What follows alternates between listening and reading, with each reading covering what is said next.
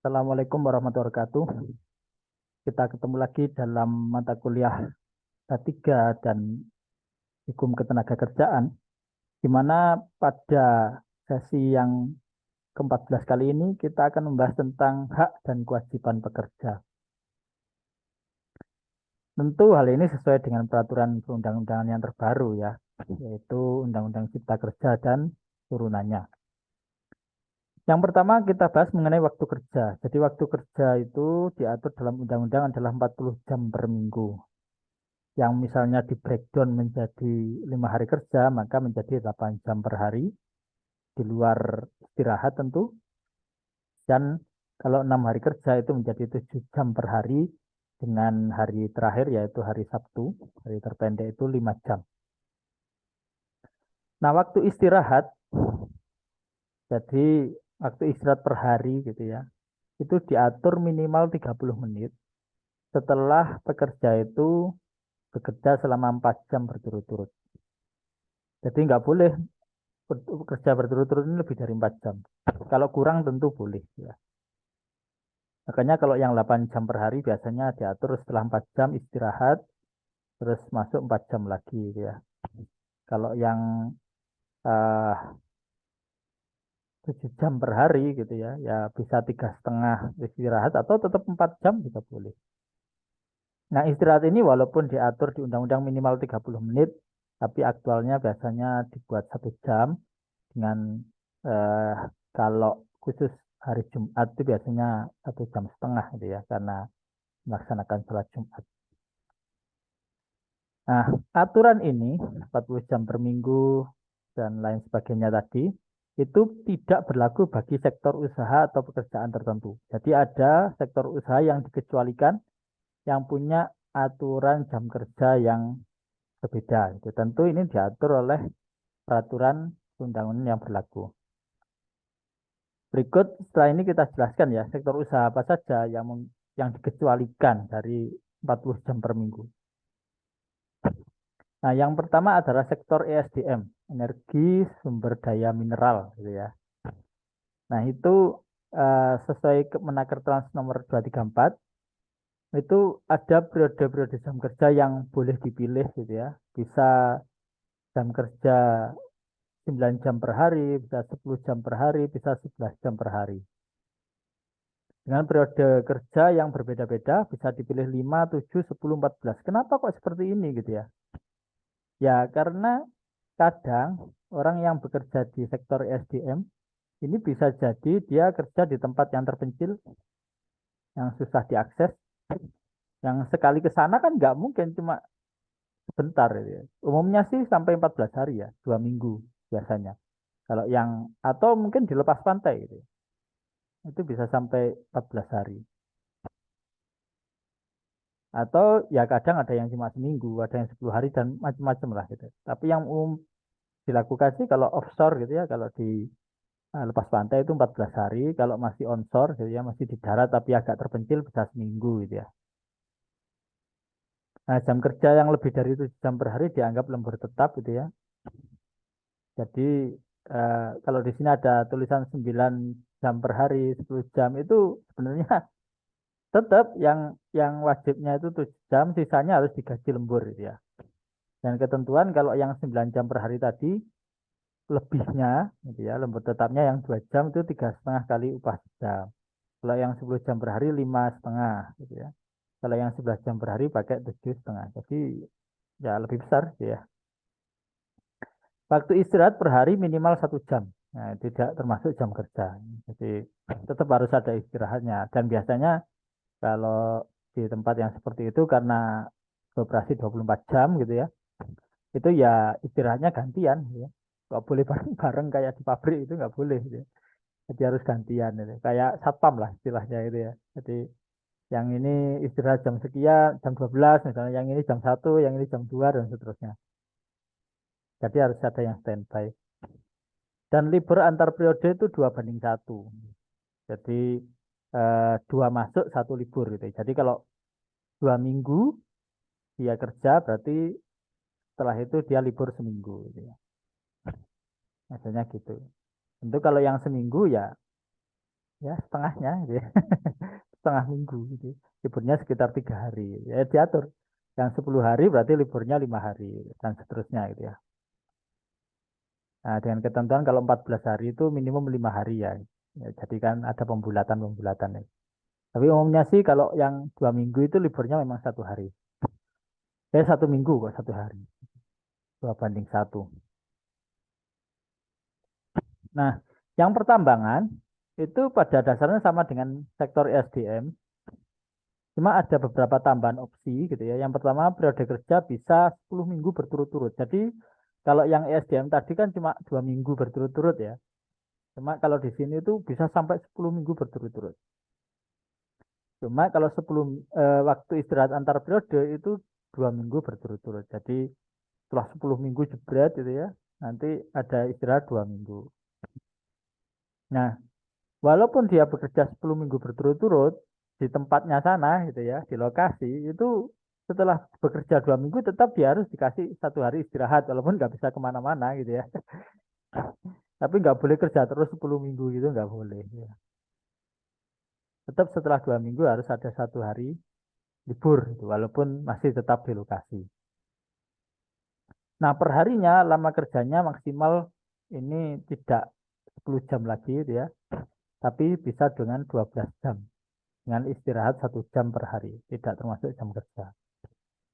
Upah lembur tetapnya, jadi tetap ya 12 jam per hari yang dihitung lembur setelah 7 jam, itu 9,5 kali upah sejam.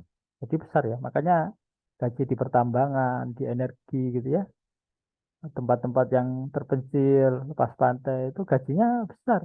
Besar itu karena pengalinya saja sebenarnya itu ya. Nah, jadi pengalinya memang besar sekali. Jadi ya mau nggak mau ya besar. Yang berikutnya adalah sektor perikanan. Sektor perikanan ini umumnya di kapal ya, kapal-kapal besar. Karena kapal itu kan keliling ya. Kan nggak mungkin beda kalau kapal nelayan yang kecil-kecil kan ada yang harian gitu ya, ada yang sekian hari. Tapi umumnya kalau nelayan itu juga masih seminggu loh itu di laut itu biasanya. Nah kalau ikut kapal-kapal besar gitu ya, yang sektor perikanan itu maksudnya, itu periode kerjanya bisa pakai 3 minggu dengan waktu istirahat 4 hari atau 4 minggu istirahatnya 5 hari. Jadi berlayar 4 minggu, terus pulang istirahat 5 hari, nanti berlayar lagi. Dengan waktu istirahat 1 hari setelah bekerja 2 minggu berturut-turutnya, tetap ya. Jadi ada libur 1 harinya, walaupun itu masih di kapal. Lama kerja per hari 12 jam dengan istirahat 1 jam. Jam kerja itu 7 jam per hari dengan sisanya tetap dianggap lembur gitu ya. Nah, upah lembur untuk hari biasa, jadi kalau ini mirip pabrik gitu ya. Jam ke 1 1,5, jam kedua 2 kali. Kalau libur resmi, libur hari besar gitu ya, itu atau hari Minggu ya, itu itu jam pertama 2 kali, jam ke 8 3 kali dan seterusnya. Jadi ya tetap ada lembur-lembur seperti itu. Nah, itu diatur untuk sektor perikanan. Nah, berikutnya ada beberapa hak pekerja. Yang pertama adalah hak untuk tidak bekerja. Jadi mereka boleh tidak bekerja, tapi tetap digaji. Gitu ya. Jadi hak untuk tidak bekerja ini hak pekerja untuk tidak masuk kerja, tapi tetap digaji. Yang pertama apa? Yang pertama adalah sakit. Tentu dengan surat keterangan dokter ya, yang menyatakan dokternya menyuruh istirahat. Gitu ya. Kalau dokternya cuma ngasih obat nggak nyuruh istirahat ya tetap harus masuk harusnya. Kalau nggak masuk ya nggak digaji. Yang kedua adalah cuti haid. Jadi, tentu dengan surat keterangan dokter juga ya. Itu mendapatkan 2 hari. Jadi 2 hari pertama haid. Kalau ternyata sakitnya lebih dari 2 hari, ya kalau ada surat keterangan dokter dianggap sakit dengan surat keterangan dokter gitu ya. Tapi kalau nggak masuk sendiri gitu ya, izin itu mereka tidak digaji. Berikutnya tugas negara, maksimal 1 kali, maksimal 1 tahun, maksimal 1 tahun. Nah ini banyak macamnya gitu ya. Ya entah dia jadi DPR mungkin. Kalau DPR 5 tahun jadinya harus harus harus resign gitu ya. Ya maksudnya kalau misalnya dia seperti petugas KPPS, gitu ya, waktu pemilihan, ada pilkada, itu ya, dan sebagainya, yang mewajibkan dia untuk tidak masuk kerja, nah itu diperbolehkan, dianggap tugas negara. Yang berikutnya adalah kewajiban ibadah, misalnya haji, itu boleh 1 kali selama masa kerja. Jadi nggak boleh, nggak umroh, ada haji ya, minta digaji terus nggak boleh itu ya. Jadi kalau haji, haji aja gitu ya. Jadi kalau umrohnya ya cuti, gitu ya. Berikutnya adalah hak istirahat. Hak istirahat ini biasanya kalau yang masa kerjanya sudah panjang gitu ya. Tapi jarang ya pekerja itu mengambil hak istirahat, biasanya diuangkan, diganti dengan uang. Yang berikutnya adalah cuti khusus, cuti tahunan yang diatur 12 hari dalam setahun, gitu. Dikurangi cuti bersama tentu.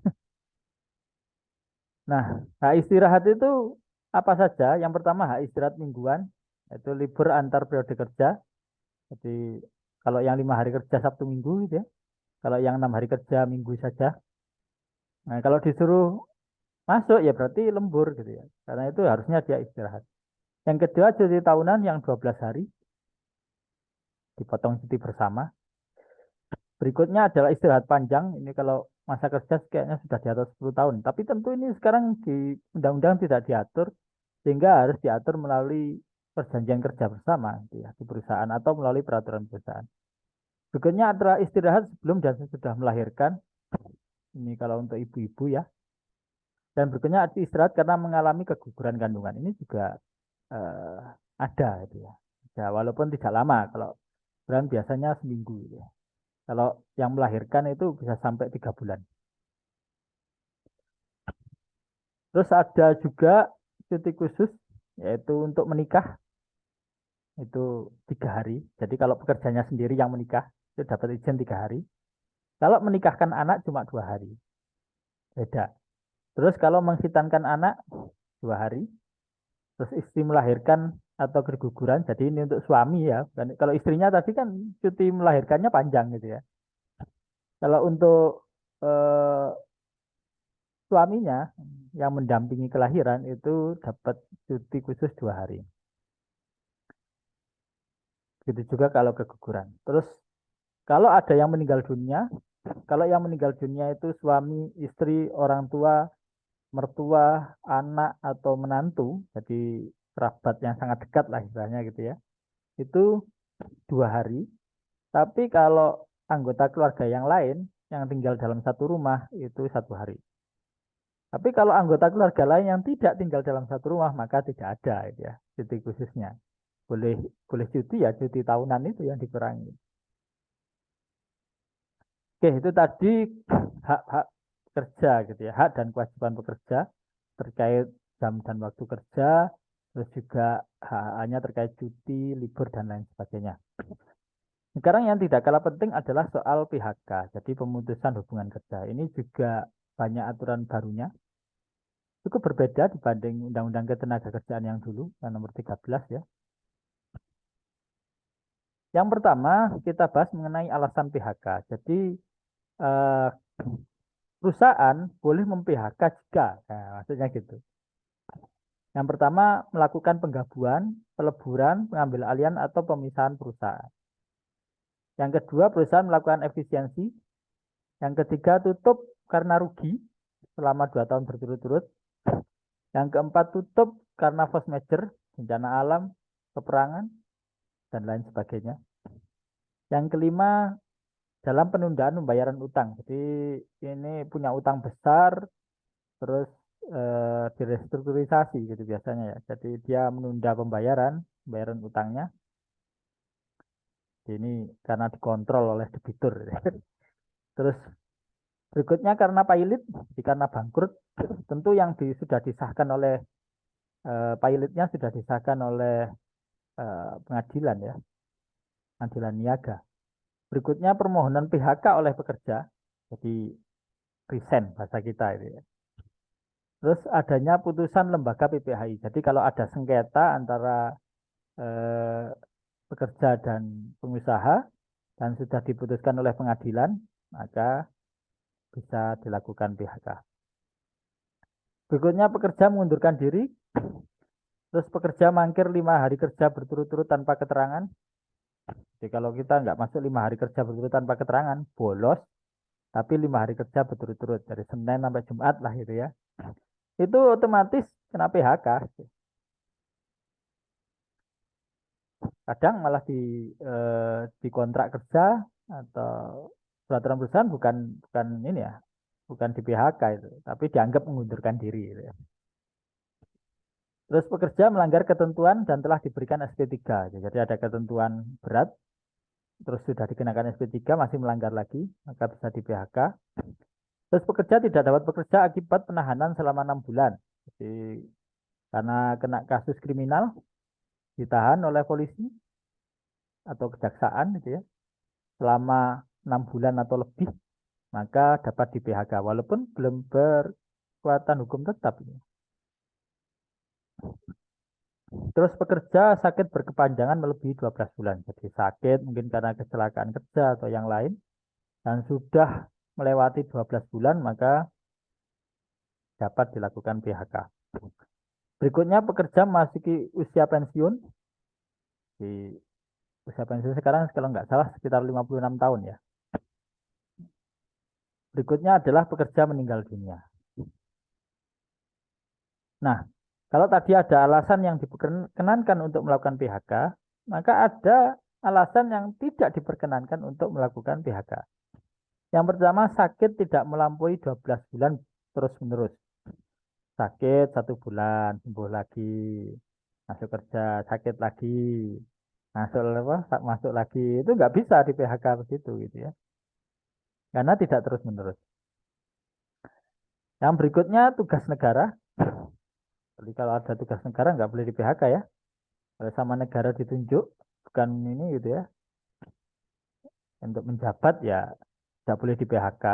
Yang boleh kalau lebih dari 1 tahun, maka tidak perlu digaji. Atau kalau memang sudah mendapat gaji dari negara dan gajinya lebih dari gaji yang diterima di perusahaan itu ya, dia juga tidak apa, tidak boleh di PHK tapi nggak perlu digaji gitu ya. Istilahnya izin tapi tanpa upah gitu ya. Izin di luar tanggungan lah kalau bahasa kita. Terus menjalankan ibadah agama seperti haji, umroh dan lain sebagainya. Berikutnya menikah. Orang menikah nggak boleh di PHK ya. Terus hamil, melahirkan, gugur kandungan, menyusui, itu juga tidak boleh di PHK. Justru harus diberikan cuti ya. Terus mempunyai pertalian darah atau ikatan perkawinan dengan pekerja lain dalam satu perusahaan. Jadi menikah dengan sesama karyawan di satu perusahaan itu diperbolehkan oleh undang-undang. Tidak boleh salah satunya kemudian disuruh resign, itu nggak boleh itu ya. Nah, karena ya selama tidak terbukti mempengaruhi kinerja kan nggak ada larangan harusnya. Yang yang bisa disanksi kalau ternyata nanti berdampak terhadap kinerja kinerja karyawan tersebut baru. Jadi masalahnya bukan karena menikahnya kalau itu. Berikutnya adalah mendirikan atau menjadi anggota serikat pekerja. Itu juga ke hak dari pekerja. Terus mengadukan pengusaha kepada pihak berwajib. Jadi kalau wah ini pengusahanya terindikasi melakukan apa ya, pelanggaran atau kriminal gitu ya. Terus dilaporkan. Itu nggak boleh pekerjanya di PHK, itu nggak boleh. Yang boleh ya sengketa saja, laporkan ke pengadilan, silakan. Berbeda paham, agama, aliran politik, suku, warna kulit, golongan, jenis kelamin, kondisi fisik, atau status perkawinan. Nah, ini juga nggak boleh. Terus cacat tetap, sakit akibat kecelakaan kerja, atau sakit karena hubungan kerja. Jadi, cacat itu bukan alasan untuk melakukan PHK. Sakit akibat kecelakaan kerja juga gitu, nggak boleh. Nggak boleh seketika itu langsung ini. Yang boleh kalau memang sudah sakit lebih dari 12 bulan terus-menerus. Jadi, kalau sakit atau cacat tetap nggak bisa kerja, tunggu 12 bulan. Gitu ya. Kalau ternyata masih bisa kerja, ya nggak boleh di PHK. Tapi kalau memang sudah tidak bisa bekerja lagi setelah 12 bulan, terus-menerus boleh di PHK. Nah, ketika terjadi PHK, apa hak yang diterima oleh pekerja menurut peraturan Undang-Undang Cipta Kerja itu ada tiga, ada uang pesangon, ada uang penghargaan masa kerja, dan uang penggantian hak. Uang pesangon sesuai dengan masa kerjanya. Jadi uang pesangon itu juga berlaku untuk PKWT ya. Jadi kalau kontrak kerjanya belum habis tapi Anda lakukan PHK, ya itu tetap dia harus diberi uang pesangon itu ya. Beda kalau kontrak kerjanya sudah habis. Jadi kalau kurang dari 1 tahun ya 1 bulan upah dan seterusnya maksimal di atas 8 tahun itu adalah 9 bulan upah. Jadi ya nggak banyak memang. Uang penghargaan masa kerja juga begitu. Maksi dari 2 bulan upah sampai dengan 10 bulan upah untuk masa kerja di atas 24 tahun. Ya. Ini yang pensiun kayak. Jadi yang di bawah 3 tahun uang penghargaan masa kerjanya tidak memperoleh gitu. Tapi kalau sudah di atas 3 tahun ya ini juga berlaku untuk PKWT yang diperpanjang karena berlaku kumulatif gitu ya. Kan mereka maksimal 5 tahun kan. Jadi kalau di PHK sebelum 5 tahun itu dia selama masa kerjanya habis, ya mereka berhak untuk uang penghargaan masa kerja. Berikutnya adalah uang penggantian hak. Uang penggantian hak itu apa saja yang bisa diterima? Yang pertama adalah cuti tahunan yang belum diambil dan belum gugur. Cuti tahunan kan 12 hari dalam 1 tahun. Biasanya kalau sudah 1 tahun gugur ya, kalau nggak diambil. Jadi kalau dia di PHK di tahun berjalan dan memang ada cuti tahunan yang belum diambil, maka harus diganti dengan mengali-kali upah harian. Berapa? 12 hari. Kalau belum diambil semua ya 12 hari kali upah 12 itu upah per hari. Terus biaya atau ongkos pulang pekerja dan keluarganya ke tempat di mana pekerja diterima bekerja. Jadi kalau saya melamar pertama kali di Jakarta, terus diterima, terus saya dipindah-pindah gitu ya, ke cabang yang lain mungkin, terus ke Surabaya, ke Banjarmasin, ke Medan itu. Terus di Medan saya di PHK, maka saya harus dipulangkan ke Jakarta itu ya. Nggak boleh dibiarkan di Medan itu nggak boleh. Terus hal-hal lain yang ditetapkan di perjanjian kerja, peraturan perusahaan ataupun perjanjian kerja bersama PKB. Nah, ketentuan hak akibat PHK adalah kalau penggabungan peleburan atau pemisahan perusahaan maka ini bacanya 1 kali ketentuan gitu ya. Dan tadi ketentuannya ada sekian bulan upah gitu ya.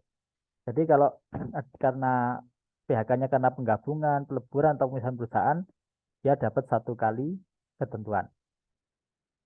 Kalau pengambil alihan perusahaan juga 1 kali. Nah, kalau pengambil alihan perusahaannya itu karena pekerjanya sendiri yang nggak mau melanjutkan kerja gitu ya. Ini digabungkan, pekerjanya suruh bekerja, ya pekerjaan sudah saya nggak mau gitu ya. Ya entah karena alasan apa, gitu. Mungkin karena alasan aturannya baru dan lain sebagainya gitu ya. Maka uang pesangonnya cuma setengah. Kalau yang atas ini pengambilan perusahaan itu karena perusahaannya yang ingin melakukan PHK gitu. Nah, itu beda. Terus perusahaan melakukan efisiensi karena kerugian, jadi pesangonnya setengah. Kalau efisiensi tapi perusahaannya nggak rugi atau belum rugi sebenarnya itu maka 1 kali. Kalau perusahaannya tutup karena rugi 2 tahun berturut-turut, maka setengah kali pesangonnya. Yang lain 1 kali ketentuan ya. Kalau perusahaan tutup bukan karena rugi, karena hal lain mungkin, ya karena sudah di sini nggak enak gitu, mau saya pindahkan ke tempat lain. Nah itu kan, maka 1 kali ketentuan. Perusahaan tutup akibat force majeure karena bencana 1,5 kali. PHK dilakukan karena perusahaan mengalami force majeure, tapi perusahaannya nggak tutup. Kalau yang ini bedanya gitu ya. Kalau ini perusahaannya sampai tutup gitu. Kalau ini perusahaannya nggak tutup sih, cuma karena force majeure mungkin dia harus mengurangi karyawan, maka pesangonnya 3/4, 0,75. Terus kalau perusahaan dalam penundaan kewajiban pembayaran utang itu setengah kali, dan kalau penundaan pembayaran utang tapi bukan akibat kerugian itu 1 kali ketentuan. Pilot setengah kali, permohonan pekerja karena perbuatan salah pengusaha. Jadi ada apa ya? Yang salah pengusahanya itu ya. Terus pekerjanya itu minta di PHK. maka 1 kali. Kalau putusan PPHI memutuskan pengusaha tidak bersalah, jadi ada sengketa antara pekerja dan pengusaha dinyatakan tidak bersalah, maka pengusaha hanya wajiban memberikan uang pisah gitu. Uang pisah ini tidak diatur oleh undang-undang, tapi diatur tersendiri gitu ya. Dan tidak ada uang penghargaan masa kerja, cuma penggantian hak. Kalau mengundurkan diri juga begitu ya, penghargaan masa kerjanya tidak ada. Kalau dulu ada. Kerja mangkir 5 hari berturut-turut, ini juga uang pisah dan ini. Melanggar ketentuan 1/2 kali, kalau pekerjanya yang salah, karena sudah di SP3, melakukan pelanggaran bersifat mendesak, yang parah gitu, ya ini cuma uang pisah saja. Bekerja ditahan selama 6 bulan, uang pisah saja, ya, dan uang penggantian hak. Ditahan selama 6 bulan akibat pidana tidak merugikan perusahaan, maka tetap mendapatkan penghargaan masa kerja. Uang pesangonnya yang tidak ada. Diputuskan bersalah oleh pengadilan yang merugikan perusahaan, maka uang pisah. Tapi kalau akibat pidana tapi bukan karena yang merugikan perusahaan, maka cukup uang pesangonnya saja yang hilang. Sakit berkepanjangan lebih dari 12 bulan terus-menerus, maka uang pesangonnya 2 kali, masuki usia pensiun 1,75 kali, dan meninggal dunia 2 kali.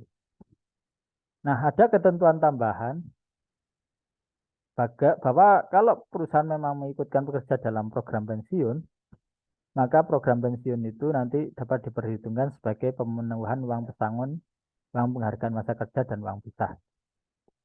Kalau uang penggantian haknya enggak, tetap dapat. Jadi kalau sudah ikut program pensiun, ya bisa aja kalau nilainya mencukupi atau lebih besar bahkan dari ketentuan, ya sudah nggak perlu bayar lagi. Jika dana pensiun lebih kecil, maka selisihnya harus dibayar oleh pengusaha. Tapi kalau lebih, ya nggak perlu. Terus untuk pengusaha usaha mikro dan kecil, membayar hak akibat PHK itu sesuai kesepakatan dengan pekerja. Jadi tidak perlu mengikuti peraturan yang tadi gitu ya. Dikecualikan dari peraturan untuk usaha mikro dan kecil. Nah, terakhir ada yang disebut bantuan keluarga pekerja. Jadi kalau pekerja eh, ditahan akibat tindak pidana, terus yang tidak wajib dibayar upahnya. Tapi jadi pengusaha itu kalau pekerjanya ditahan akibat tindak pidana nggak wajib ngasih upah gitu ya kepada pekerja itu, tapi masih berkewajiban untuk memberi bantuan kepada keluarga yang ditinggalkan gitu ya.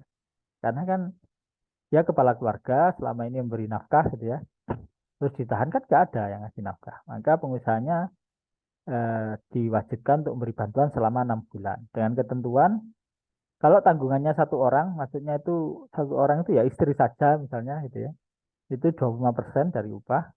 Kalau 2 orang, 1 istri 1 anak, 35%, 3 orang 45%, dan maksimal 4 orang, 1 istri 3 anak. Ini tentu dibuktikan dengan kakak gitu ya. Itu 50% dari upah.